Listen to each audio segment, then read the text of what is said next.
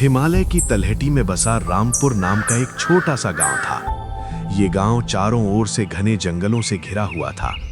पक्षियों की चहचहाहट और बहती नदियों के संगीत के बीच यहाँ के लोग सादा जीवन जीते थे।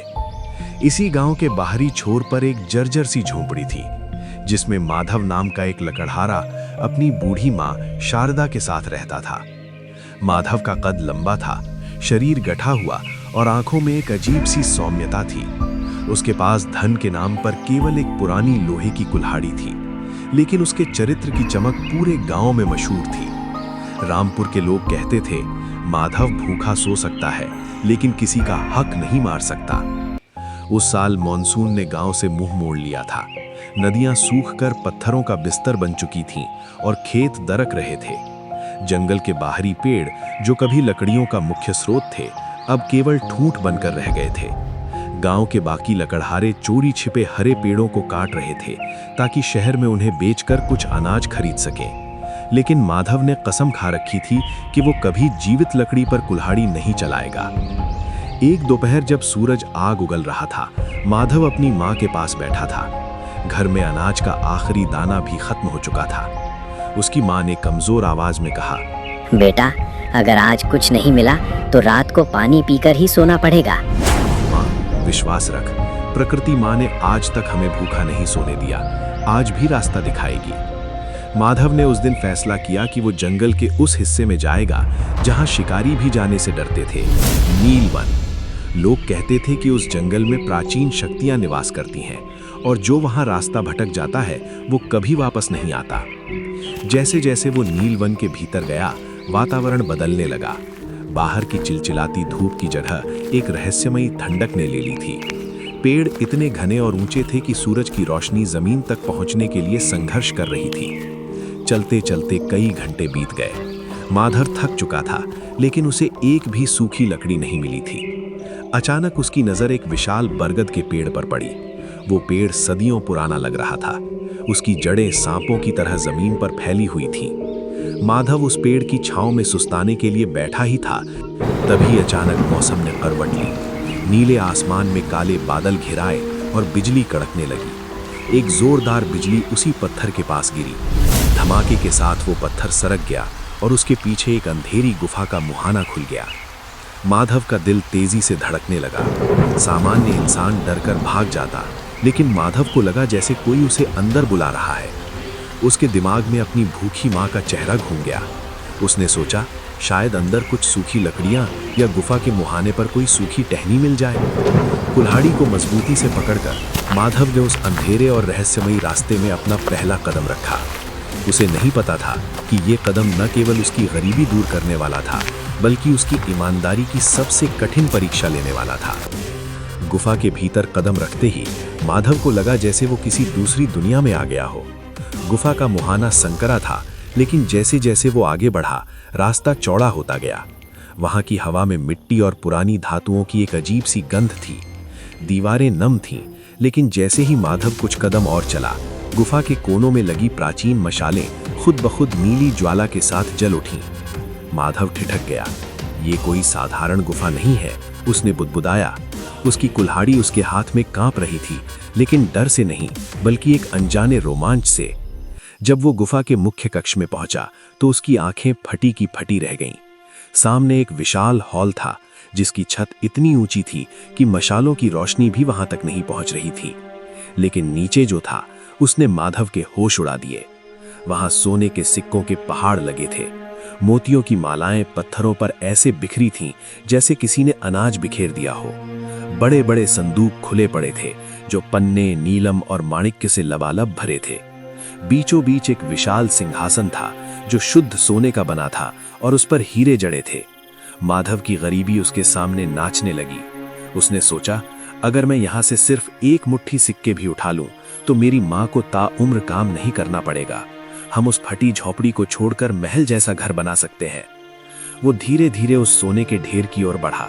जैसे ही उसने एक चमकते हुए स्वर्ण मुकुट को छूने के लिए हाथ बढ़ाया, उसे अपनी माँ की कही एक बात याद आ गई। बेटा, मेहनत की सूखी रोटी चोरी के पकवानों से ज्यादा मीठी होती है। जो तेरा नहीं है, उसे छूना पाप है। माधव का हाथ हवा में ही रुक गया। उसने चारों ओर देखा। ये खजाना यहाँ सदियों से था, किसी न किसी का तो ये होगा ही, और अगर नहीं भी है तो ये उसका अपना कमाया हुआ नहीं था। उसने गहरी सांस ली और अपना हाथ पीछे खींच लिया। नहीं, उसने दृढ़ता से कहा, ये मेरा धन नहीं है, मैं यहाँ लकड़ी खोजने आया था, खजाना नहीं। तभी उसकी नजर सिंहासन के नीचे रखे एक काले पत्थर के पट पर पड़ी। उस पर प्राचीन भाषा में कुछ लिखा था। माधव थोड़ा बहुत पढ़ना जानता था।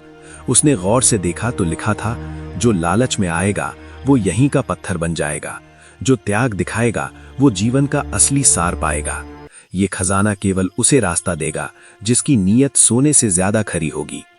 माधव ने हाथ जोड़कर गुफा को नमन किया और बिना एक भी सिक्का छुए वापस मुड़ने लगा। तभी गुफा में एक भारी गूंज सुनाई दी, जैसे कोई विशाल पत्थर खिसक रहा हो। अचानक खजाने के ढेर के पीछे से एक विशाल साया उभरा। वो एक बहुत बड़ा तेंदुआ था, लेकिन उसकी खाल सामान्य नहीं थी, वो पारदर्शी थी और उसके भीतर से स्वर्णिम रोशनी निकल रही थी। उसकी आंखें जलते हुए अंगारों की तरह लाल थीं। तेंदुआ माधव की ओर धीरे धीरे बढ़ने लगा। माधव ने अपनी कुल्हाड़ी उठा ली, लेकिन उसने हमला नहीं किया। वो पीछे हटते हुए बोला, हे वन के रक्षक, मैं यहाँ चोरी करने नहीं आया था, मैं रास्ता भटक गया था और अपनी माँ के लिए 2 सूखी लकड़ियां ढूंढ रहा था। अगर मैंने इस गुफा की मर्यादा तोड़ी हो तो मुझे क्षमा करें।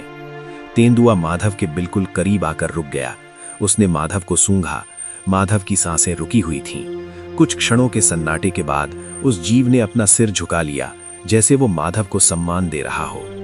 तेंदुए की दहाड़ एक गूंजती हुई मानवीय आवाज में बदल गई, तुम पहले इंसान हो माधव, जिसने इन सिक्कों को देखकर अपनी आंखें नीची रखी। यहाँ आने वाले हर इंसान ने अपनी थैली भरने की कोशिश की और आज वो सब इस गुफा की दीवारों के पत्थर बन चुके हैं। तेंदुआ धीरे से हटा और उसने पीछे की एक दीवार की ओर इशारा किया। जाओ माधव, ये रास्ता तुम्हें वहां ले जाएगा जिसकी तुम्हें असल में जरूरत है। तेंदुए के इशारे पर माधव उस संकरे रास्ते की ओर बढ़ा। पीछे खजाने का वो विशाल कमरा धीरे धीरे धुंधला होता गया। माधव के मन में एक अजीब सी शांति थी। उसे इस बात का पछतावा नहीं था कि वो सोने के पहाड़ को पीछे छोड़ आया है, बल्कि उसे गर्व था कि उसने अपनी मां की दी हुई शिक्षा को निभाया। नया रास्ता उसे एक ऐसी जगह ले गया जहां गुफा की छत खुली थी और ऊपर से आकाश दिखाई दे रहा था। वहां एक छोटा सा बगीचा था जहां पत्थर की दीवारों के बीच से एक निर्मल झरना बह रहा था। उस झरने के किनारे एक छोटा सा साधारण दिखने वाला पेड़ था, जिस पर कोई फल नहीं बल्कि चमकदार नीले रंग के बीज लगे थे। वहीं पत्थर के एक चबूतरे पर एक पुरानी लकड़ी की कुल्हाड़ी रखी थी। वो देखने में बिल्कुल साधारण थी।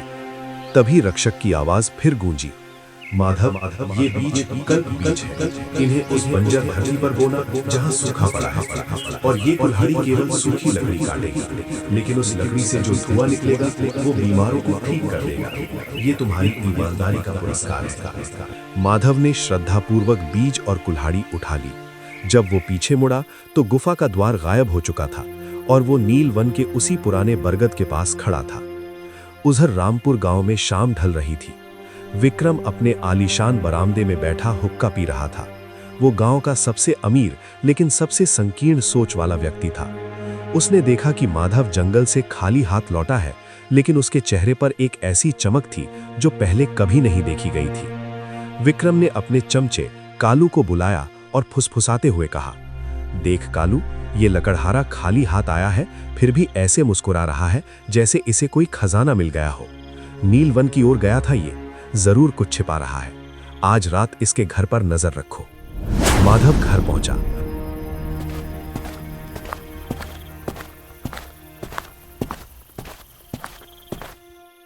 और अपनी मां को सारी बात बताई। मां की आंखों में आंसू आ गए। उन्होंने कहा, बेटा, धन तो आता जाता है, लेकिन तूने जो सम्मान कमाया है वो अमर रहेगा। उसी रात माधव ने अपनी जादुई कुल्हाड़ी निकाली। पास ही एक पुरानी सूखी टहनी पड़ी थी। जैसे ही उसने कुल्हाड़ी चलाई, लकड़ी मक्खन की तरह कट गई। जब उसने उन लकड़ियों को चूल्हे में जलाया तो उससे निकलने वाली खुशबू ने मां की पुरानी खांसी को मिनटों में ठीक कर दिया। खिड़की के बाहर अंधेरे में छिपा कालू ये सब देख रहा था। उसने देखा कि कैसे एक जादुई कुल्हाड़ी ने माधव की दरिद्रता को चमत्कार में बदल दिया।